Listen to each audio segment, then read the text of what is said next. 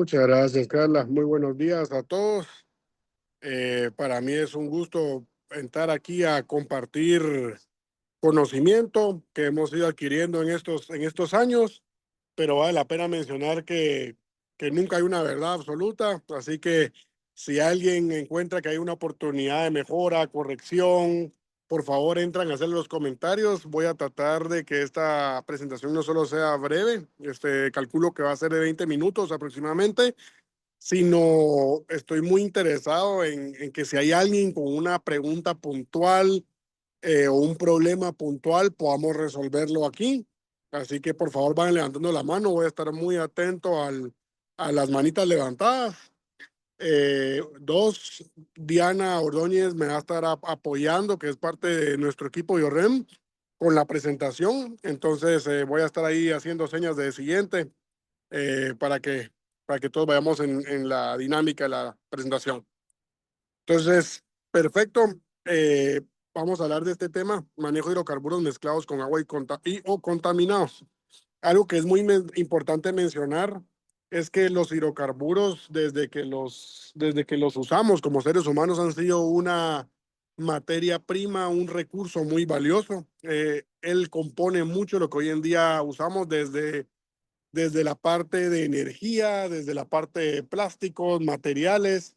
Entonces son una materia prima muy maleable, muy utilizable, pero el tema que nos está aquí hoy es que el hidrocarburo en su forma líquida, alentar a fuentes de agua, de consumo, de aprovechamiento, tiende a quitarle la parte productiva a nuestros recursos hídricos y nuestros recursos naturales.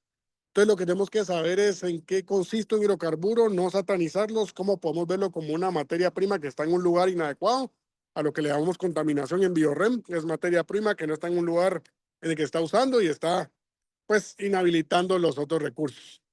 Entonces, vamos a entrar de lleno ahí a la presentación. Ahí, Diana.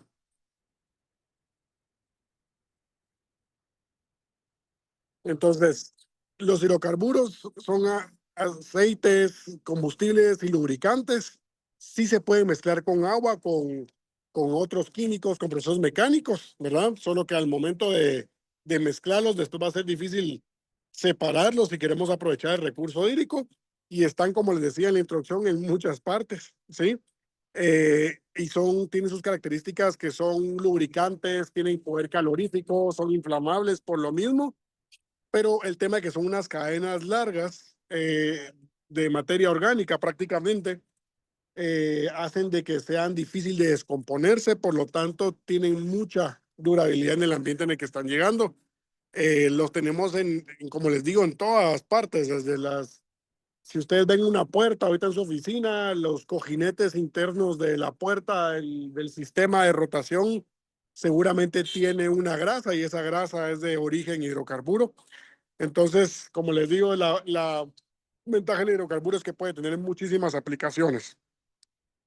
Por sus características de inflamabilidad y de cadenas largas de alto tiempo de degradación, hay que tener un manejo adecuado, ya que si estos caen a suelos o agua, vamos a tener contaminación, que tenemos que gestionar.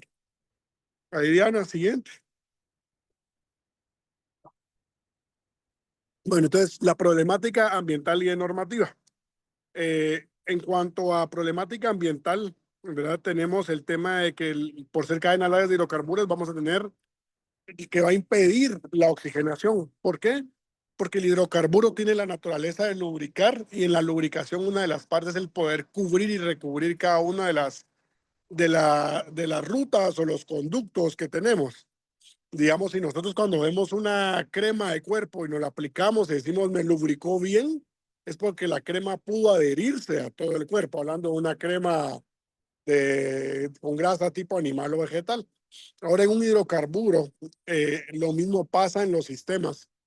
Ella tiene una capacidad de cobertura muy alta, entonces si cae en un espacio de agua, el hidrocarburo se va a suspender encima del agua y va a cubrir una extensión con una película muy delgada. Entonces, un litro de hidrocarburo, un litro de aceite en el agua, se va a volver una película de medio milímetro, 0.3 milímetros. Entonces, me puede cubrir hasta 4 metros cuadrados, por ejemplo. ¿Qué pasa con esto? El hidrocarburo al final va a impedir que haya una transpiración de oxígeno de parte del agua y es lo que conocemos como eutroficación, que lo puede generar tanto un aceite vegetal como un aceite de origen hidrocarburo. Cuando sucede esta famosa eutroficación, lo que pasa es de que empieza a haber una competencia por el oxígeno de los microorganismos que hay abajo y aquellos que necesitan altas dosis empiezan a perder la capacidad de competir y empiezan a nacer aquellos que pueden desarrollarse con bajas dosis o sin oxígeno, como lo son las algas y demás.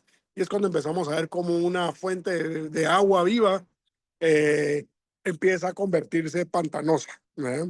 Y es parte del cambio de aeróbico a anaeróbico y es porque nosotros en la naturaleza, cuando vemos un producto, un lago pantanoso, pues lo primero que pensamos es que está contaminado, pero lo que sabemos es que hay una participación más alta de organismos anaeróbicos que aeróbicos. Entonces, vamos recapitulando. El hidrocarburo es un producto orgánico, pero por ser cadenas largas es difícil de degradar. Luego, si ya lo encontramos en otras condiciones, como un lubricante, una cosa para lubricar empaques, ya tienen otros químicos. Y eso es lo que va también haciendo que midamos cuál es el impacto que tiene en el agua o en el suelo. ¿Cuál es el impacto en el suelo? Pues el hidrocarburo no es un material que pueda ser absorbido directamente por las plantas. Entonces, si cae sobre las plantas, vamos a tener también algo muy similar que pasa en el agua. Las plantas no van a poder degradarlo y transformarlo en comida, por lo tanto va a competir por el oxígeno y va a hacer una película en el oxígeno, haciendo que los organismos que son los que hacen la transmisión de nutrientes, oxígeno, agua en la planta, pues van a dejar de vivir. Estos al dejar de vivir, pues deja de existir todo el ecosistema que ellos tenían. Entonces, por eso cuando nosotros vemos suelos con hidrocarburos, vemos que no hay otro tipo de vida que podamos ver creciendo como plantas, pero abajo del suelo van a haber otros tipos de vidas que están sobreviviendo con esas condiciones. Hay formas de manejar esto, hay formas de gestionarlo. Y cada vez han habido más y más tecnologías que están haciendo que sea más costo eficiente gestionar. Luego, en cuanto a normativas aplicables, en Guatemala no existe una normativa directa a la gestión del hidrocarburo como contaminante, pero podemos colgarnos del tema del acuerdo gubernativo el 236, que nos da la parte de manejo de los desechos y residuos sólidos, y también, pues al final también el agua residual. Y con eso ya sabemos que necesitamos un plan de manejo ambiental por el Ministerio de Ambiente.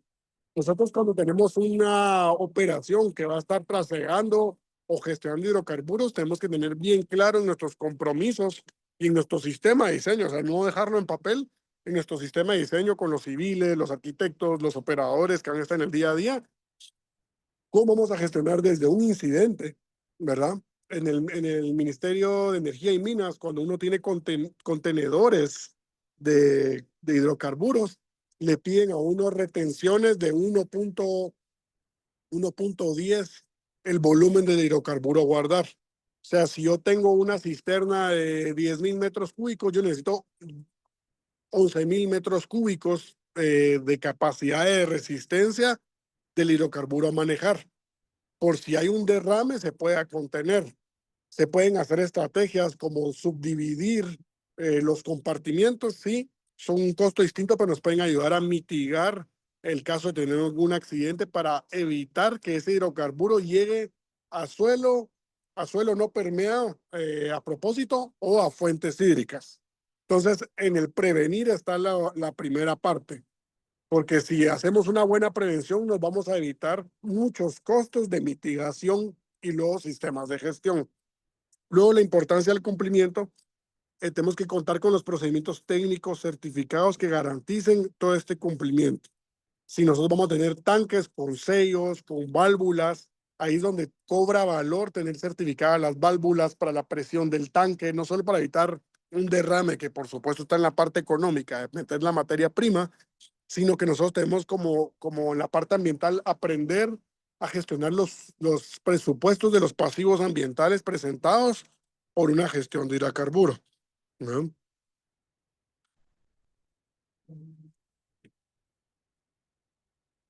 Perdón. Doc Eduardo Morales No sé si lo que escribes en el chat es una pregunta para poderte apoyar con esto antes de pasar de chat.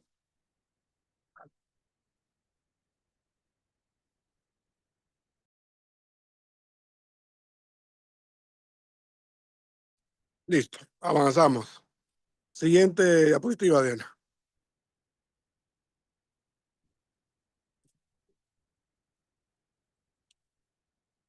El tema, Kevin, es que ya no tenemos el 164, entonces estamos trabajando con lo que se pueda anclar con el 236, pero podemos seguir usando el 164 como un documento de soporte.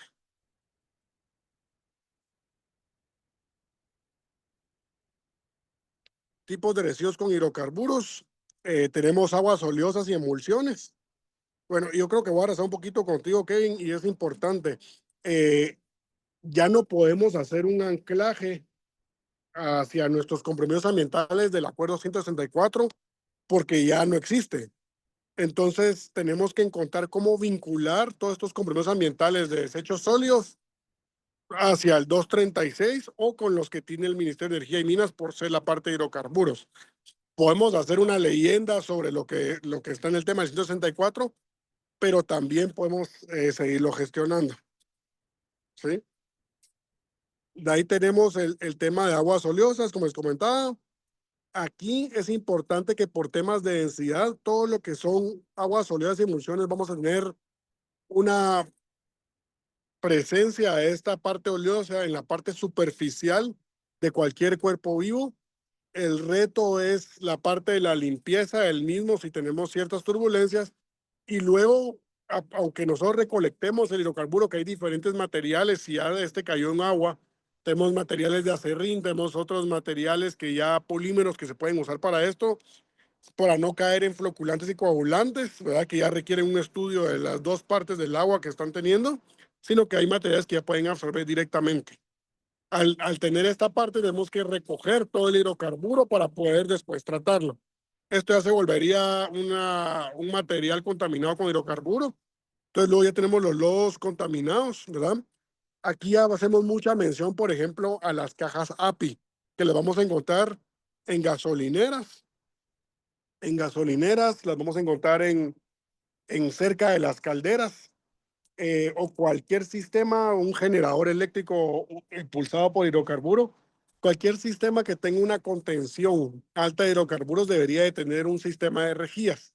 Este sistema de rejías, pues al final, si está cubierto con techo para tener lluvia y demás, sí, en el almacenamiento de combustibles también, Andrea. Entonces, vamos a tener estas cajas API que pueden o no estar conectados a la red, a veces de final de agua residual o de pluviales. Hemos visto diferentes casos, pero tenemos que tener cajas APIs con las que estemos haciendo un sistema de gestión y que tenemos cómo gestionar una emergencia, porque la caja API no nos va a gestionar un derrame.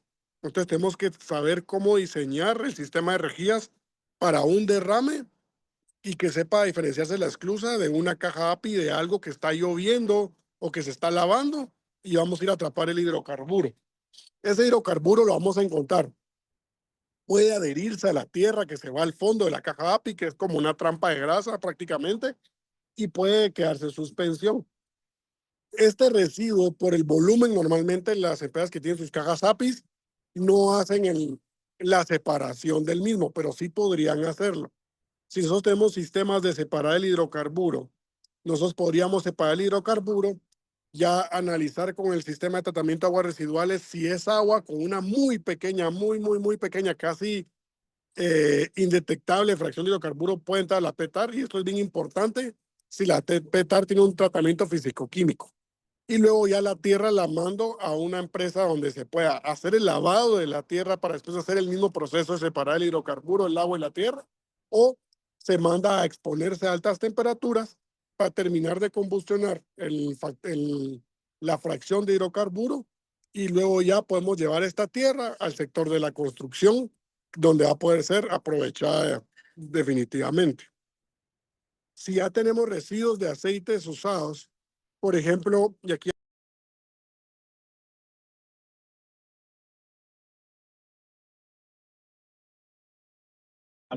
Tenés apagado tu micrófono, Francisco. Muchas gracias, Sergio. Aquí, listo. Si quieren, voy a recapitular en residuos de aceites usados. Aquí estaríamos hablando de la parte de los PFN, los productos fuera de norma. Estaríamos hablando de productos que se mezclaron por accidente. Podríamos estar hablando de productos descontinuados, que entraría mucho en la parte de fuera de norma. Entonces, ¿qué tenemos que hacer acá? O la parte que está en el fondo de los tanques, ¿verdad? El fuel oil, por ejemplo, que tenemos fondo de tanques que puede tener presencias o impurezas. Entonces, tenemos que descartarlo. Estos aceites se les puede hacer una prueba de precipitación, ver poder calorífico y pueden volver a ser utilizados como fuente de energía. Importante poder definir que no existan aceites con contaminantes especiales. Por ejemplo, toda la parte de las carcajas con aceite dieléctrico. Este es un aceite que no puede utilizarse para ser renovado como una fuente de energía para calderas. En cambio, si tengo restos de búnker, aceite de motor, lubricantes, puedo hacerles un análisis de energía y de componentes y de humedad para poderlo ingresar a una fuente de aprovechamiento calórico. ¿Sí? Entonces, si alguno de ustedes tiene alguna situación, como por ejemplo, hemos tenido casos de un lubricante que se fue descontinuado al mercado. ¿Qué puedo hacer con él? Porque no quiero que salga al mercado otra vez y no quiero que sea a la basura. Entonces se hace un análisis del lubricante como una fuente calórica y se puede hacer una valorización, ¿verdad? Si yo tengo un tanque, por ejemplo, hemos tenido estos casos que el tanque tenía búnker y por accidente, o gasolina, perdón, y por accidente le echaron búnker. Entonces una mezcla de combustibles que para poderlo separar ya, para hacer las otras materias primas, tendría que irse a la refinería. Entonces lo que hacemos es que se hace otra vez una perfilación de los parámetros que les indicaba y se ve cómo valorizar como un combustible alterno. Lo mismo que pasa cuando un tanque por alguna razón tiene un daño o por alguna inundación le entra agua, se puede extraer ese tanque para hacer esa separación en su momento. Si nosotros tenemos un acerrín que utilizamos para derrames de combustible, este acerrín tiene poder calorífico más el agregado del combustible, entonces puede ser valorizado como biomasa. Si tenemos una tierra, pues es importante decidir qué queremos usar, porque si tenemos una tierra, tiene que pasar para un proceso térmico de depuración. En cambio, si tenemos un acerrín, podemos llevarlo a un proceso de valorización. Si tenemos en los mantenimientos, materiales que humectamos de hidrocarburo o de solventes para poder hacer limpiezas, podemos aislarlos porque son inflamables, ¿verdad? Aislarlos con toneles cerrados y demás, y tenemos fuentes valorizables de material para combustión, al guardar la ficha técnica del combustible que usamos, el hidrocarburo o el lubricante. Entonces, todo esto tiene que tener una trazabilidad y un sistema de información para tener toda la data que se necesita a la hora de poder utilizarlo y tener un residuo con el menor costo posible de gestión sin que entre a contaminar mantos freáticos, fuentes de agua viva o suelo.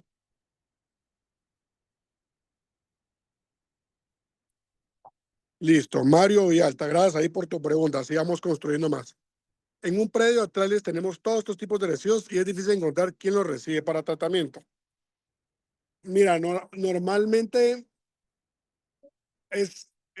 cuando uno pregunta como qué hacer con estos residuos, si tú tienes toda la trazabilidad de por qué están contaminados, se le puede encontrar un uso y que se pueda definir tu centro de acopio donde van a tener contención estos y cómo van a estar almacenados. Si tienes todo esto bien diseñado, tú tienes un producto que se puede gestionar. El problema, yo te digo, porque estamos en este tema de residuos, es que hay veces que no le dan la importancia necesaria y cuando tú llegas a veces al taller o al lugar donde tienen este tema de residuos, tienen todo mezclado. Entonces, cualquier cosa que haya sido contaminada con hidrocarburos lo quieren mandar a gestionar, entonces se vuelven presupuestos muy altos. Si lo tenemos todo bien separado, identificado, podemos tener un presupuestos más bajos y que sí se puedan gestionar. Estoy con toda la apertura de poderte apoyar, Mario. Si quieres, ya vemos en detalle. Diana, pasamos a la siguiente diapositiva. Bueno, temas importantes, soluciones técnicas para el manejo. Si al hacer las recolecciones con todo lo que les comenté, es importante que cualquier producto que nos vamos a llevar que tenga hidrocarburos esté bien aislado. Se manejan muchas veces contenedores cerrados, porque si nosotros llevamos, por ejemplo, una bolsa, y uso ese ejemplo contigo, Mario, gracias por la apertura. Imagínate que tenemos un montón de wipes con hidrocarburo, con solventes y trapos, y lo tenemos en una bolsa amarrada. Entonces, tu gestor de residuos se lleva esta bolsa, la coloca en el camión, y por alguna razón esta tiene alguna apertura, este va a ir soltando y se va a ir derramando en el camino. Entonces tenemos que usar no solo el transporte adecuado con soluciones ambientales, sino también que esté contenido todos estos equipos, estos productos dentro de un envase para evitar derrames. Porque si en una carretera derramamos hidrocarburos, pues estos van a ir a cunetas, pluviales, ríos. Y cuando hablamos de productos que ya cayeron, por ejemplo, en lugares donde ya hay una dificultad de extraer la tierra porque son cantidades muy grandes, podemos hablar de la bioremediación, donde existe un proceso de poder agregar microorganismos, nutrientes y oxígeno para estar degradando las cadenas largas de hidrocarburos para poder tener una reincorporación de esa tierra. Son procesos que se han hecho en Guatemala y en otros lados del mundo, y como les decía, cada vez hay más tecnologías y cepas de bacterias más adaptadas para esto. Hay que hacer un estudio económico para saber qué vale más la pena, si es una bioremediación en sitio o si se extrae la tierra y se manda a tratar. Eso se puede hacer con el tener el volumen y la distancia, se hacen esos estudios, ya que al final queremos sostenibilidad ambiental con una sostenibilidad financiera que acompañe el proyecto. Siguiente, Diana. Ok. Entonces tenemos recuperación de aguas, casos de aplicación. Aquí hemos tenido casos donde nosotros hemos encontrado, por ejemplo, hidrocarburos. ¿Qué pasa normalmente? En una planta de tratamiento de aguas residuales ordinarias, por ejemplo, hemos tenido casos donde llega hidrocarburo, y ustedes se podrán preguntar por qué. Y es porque hay veces de que se hacen nuevas construcciones o modificaciones y conectan el agua ordinaria, el agua residual, al agua pluvial, o viceversa, el agua pluvial al agua ordinaria. Entonces, si hay un derrame de hidrocarburo, o el día a día, por ejemplo, cuando tenemos carros que ya están en un estado mecánico un poquito avanzado, llamémosle así, que están botando mucho aceite. Este aceite a la hora de llover, no sé si ustedes se han dado cuenta en las primeras lluvias del año, cómo se ve como arcoíris en el piso, cuando uno ve incluso el asfalto, es porque todo ese hollín que tiene todavía partes de hidrocarburo, o los carros que están soltando aceite, ahí se empiezan a limpiar, y eso va hasta las fuentes hasta a las tuberías de agua pluvial, y pues llega a cualquier sistema de tratamiento de ríos. Entonces nosotros recibimos esa carga de hidrocarburos en el sistema y se mezcla con las partículas en suspensión tradicionales como de trampas de grasa. Cuando nosotros notamos, ya sea visualmente o químicamente, estas partículas, tenemos que hacer una remoción física, porque un hidrocarburo me va a impactar directamente en mi parte del DQO, porque no puedo degradarlo biológicamente en mi sistema de tratamiento, no me da el tiempo, porque una planta de tratamiento va a tener 48, 24 horas, 18 horas de tiempo de retención. Un hidrocarburo no va a ser susceptible a una degradación en ese tiempo. Entonces tengo que extraerlo y llevármelos a un tratamiento por aparte, o una exposición térmica para poder carburarlos con los filtros necesarios que se necesitan para esto. Adelante, Diana.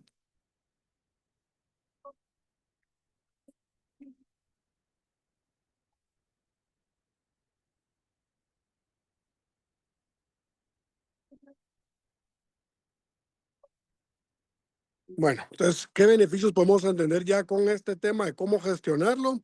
La cumplimiento con la normativa ambiental vigente, contribución a los objetivos ESG, revolucionar el residuo como un modelo de economía circular y la disminución de riesgos y sanciones y accidentes. Sí les puedo decir que si ustedes hoy en día están en una industria que está gestionando esto y dicen cómo puedo empezar, cómo puedo agregar valor en la empresa, número uno, enfocarse en cómo prevenir. Eso es lo más importante porque los pasivos ambientales, los gastos más fuertes, están en el cuadrante izquierdo. El tema de accidentes. Cuando hay un accidente y si nuestro hidrocarburo llega a un río, el costo ambiental, el costo de gestionar ese accidente es muy alto y puede impactar mucho a la empresa, incluso aunque te tenga un seguro contra de responsabilidad civil. Ya el tema cuando se asuman los costos, la póliza va a ser un incremento fuertísimo. Entonces, ¿cómo pueden agregar valor a la industria en la que están? Hagan un análisis de los riesgos.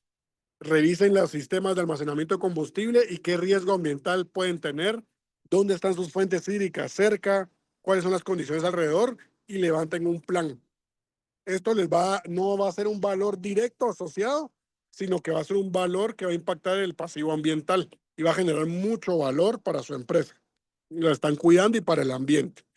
Segundo, así como mencionó Manuel, todo el tema de los residuos que tengan o contaminaciones, empecémoslo a ver bajo un concepto de economía circular. El hidrocarburo es una materia prima. Por lo tanto, si tenemos trazabilidad de qué hidrocarburo fue, un orden de cómo se resguarda desde que llega, vamos a evitar que se vaya generando más materia prima por contaminación cruzada y así buscar una gestión de la materia que sea lo más bajo costo eficiente posible. Y esto nos puede ayudar si nuestra empresa ya está con el enfoque de ESG, governance, a tener planes de gestión con un mapa de sostenibilidad más amplio que solo gestionar la contaminación que está pasando en el momento. Siguiente, Diana. Entonces, aquí ya para ir cerrando nuestro rol, sí, si hay un derrame, Boris, es bien importante que tengas tu sistema de gestión de cómo hacerlo. Como te digo, hay productos que ya están diseñados para hacer biomasa después de atrapar el contaminante. Normalmente se ve mucho el uso de arenas y tierras que sí son eficientes en la parte técnica, pero hay que buscar materiales que sean eficientes en la parte después de gestión, porque tienes que tener la narrativa completa, no solo cuánto te cuesta en ese momento, sino el análisis del ciclo de vida de la gestión del material. Entonces, cuando tenemos esa información, ya podemos hacer un análisis más estratégico de qué material usar para los derrames y cómo contener derrames. Porque a veces nos quedamos en la primera fase del ciclo de vida, pero cuando analizamos todo el ciclo de vida de qué va a pasar cuando hay un derrame, cómo voy a gestionar, ya podemos tomar decisiones de qué material es más costo eficiente que el otro, de acuerdo a nuestra situación y nuestra capacidad de operar. Entonces, nosotros por eso mismo es que diseñamos todos estos compromisos ambientales, planes de gestión con ese enfoque de circularidad.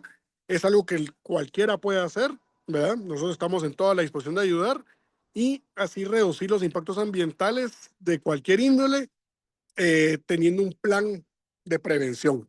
Lo más importante es el plan de prevención con el tema de derrames y luego cuando pues lastimosamente ocurre un derrame o una contaminación propia de la operación, cómo gestionarlos de la forma más costo eficiente posible.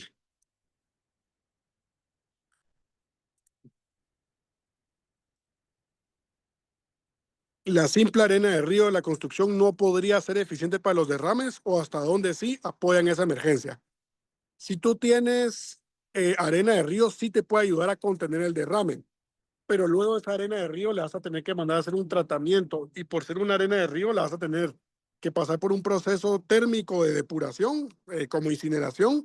Eso tiene un costo por kilo más elevado, eh, o vas a tener que mandar a retrolavarla para poder depurarla. En cambio, si utilizas productos, te digo, están desde los más simples como un acerrín o virutas, y también hay otros que ya tienen una estrategia más diferente a eso, que son siempre el lado orgánico. Esos residuos podrías tú mandarlos a coprocesamiento o a utilización como biomasa. Entonces, es lo que te explicaba antes, si analizas el ciclo de vida, puedes tener un mejor costo de gestión. Ambos funcionan para el mismo derrame. No te digo que dejes de hacer una por la otra, solo analicen el ciclo de vida de gestión para poder impactar más, no solo ambientalmente, sino económicamente. Siguiente, ya. Entonces, con esto vamos cerrando. El manejo responsable de hidrocarburos no solo es una obligación ambiental, sino una oportunidad para transformar residuos en recursos. El tema de hidrocarburos, como aperturé en la presentación, es una materia prima que utilizamos muchísimos como sociedad, como seres humanos. Entonces tenemos que aprender a gestionarlo desde su ingreso a nuestro sistema, a nuestro ciclo de vida, para que no nos genere altos costos ambientales y económicos en su gestión, sino que si los gestionamos adecuadamente con la trazabilidad de vida, tengamos materia prima en, desde el inicio hasta el final del ciclo. Entonces, cuando ya vemos con esos ojos, la contaminación es un concepto, es materia prima que no está en el lugar adecuado. Seamos esos gestores de cambio, esos embajadores del ambiente que hacen que se gestione con un orden de principio a fin y analicemos los ciclos de vida de los materiales y de los usos que están teniendo entre nuestro sistema. Muchísimas gracias a todos por su inversión de tiempo. Espero poderles haber ayudado a que tengan el mejor desempeño posible en su día a día. Juan Santos, ¿alguna norma que indica qué material usar el control ante derrame de hidrocarburos? No tengo una norma que decirte, se puede investigar bastante en internet, pero mira, al final tienes que buscar un producto que te inhiba el derrame. O sea, ya lo vas a tener que hacer de acuerdo a cuál es tu hidrocarburo y qué productos hay disponibles. Con mucho gusto te podemos asesorar en la empresa. Pero luego lo que te decía es qué gestión le vas a dar, porque tanto la arena de río te funciona como la viruta, como para un producto específico. Pero tienes que analizar luego qué gestión le vas a dar a ese residuo con el que contuviste el hidrocarburo. Entonces, a eso me refiero con los costos asociados. Más allá de una normativa ambiental que no hay, sería una normativa de calidad y luego tu ciclo de vida de costo. Muchísimas gracias a todos. Por favor, cualquier comunicación, asesoría directa que necesitan, estamos para servirles. Muchísimas gracias, producción más limpia. Carla, te agradezco muchísimo. Eh, Atentos a servirles. Muchísimas gracias, ingeniero Francisco. Siempre un gusto tenerlo con nosotros en estos eventos virtuales que manejamos desde la academia. También agradecer a los participantes por los comentarios que estuvieron dejando en el chat. Si tienen consultas, pues ahorita es el momento. Si no, pues ya estaríamos dando por cierre la actividad. Santiago nos comenta que mil gracias por la presentación. Un tema muy interesante también por parte de Darwin. Siempre cualquier duda, pues ahí están los contactos, ¿verdad? Tanto de Francisco, del centro, y con mucho gusto podemos apoyarles en cualquier tema. Buenos días, Buenos días, Katherine, adelante. mucho gusto. Agradezco mucho la información que se nos compartió en este momento porque justo pues yo estaba buscando algo sobre esto. También comentarles que en el caso de los hidrocarburos, algo que he escuchado y es porque yo ya lo adquirí porque trabajo con gasolineras y eso, es decir, con hidrocarburos totalmente en alto grado, son los separadores de hidrocarburos. Entonces, por ejemplo, el de nosotros lo compramos con Ecodena, que es una empresa internacional que está bien posicionada en Guatemala. En Guatemala aún no está bien regulada la parte de cómo se va a tratar eh, esta parte de los hidrocarburos. La ventaja de esta empresa es de que trabaja con reglamentos y con normativas europeas. Entonces, agradezco mucho la información porque aunque yo compré este producto, no sabía cómo darle el seguimiento y el tratamiento después a, a estos hidrocarburos, porque pues sí se tienen que realizar ciertos mantenimientos. Entonces, por si a las demás personas que están aquí conectadas les sirve la información, pues sí, es cierto, las cajas APIs también son muy buenas. Realmente es como lo tradicional que se tiene. En el caso del producto que adquirimos nosotros, tiene un filtro como de plástico, que son como láminas ensambladas que coagula los hidrocarburos en este caso. Entonces, por si les sirve la información, es Ecodena Guatemala. Y agradecemos la información por parte de ustedes porque ahora ya vamos a saber cómo ver la parte de los mantenimientos. Gracias. Algo que me gustaría agregarte, Katherine. Sí, Ecoena es una muy buena marca, sí los he visto funcionando, 100 puntos. Solo algo para que se den todos los del sistema de gestión. El calendario de revisión de la trampa de grasa, de hidrocarburo o cajas API tiene que ser distinto en invierno que en verano. En invierno tienen que triplicar la revisión de estas mismas porque van a tener pues más uso para estarlas limpiando. Solo llévense ese tema. Muchas gracias, sí, sí, es muy útil la información. Muchísimas gracias, Katherine. Ingeniero, nos comenta aquí Juan, si los materiales como plásticos contaminados se pueden procesar como los trapos o si requieren algún tratamiento especial. Sí se pueden procesar. Hay que entender qué plástico tienes para ver si puede pasar por un medio de reciclaje. Hay recicladoras que tienen el tratamiento de agua residual con hidrocarburo. Con mucho gusto te puedo atender el caso. Y si es para, pues, con procesamiento también se puede gestionar.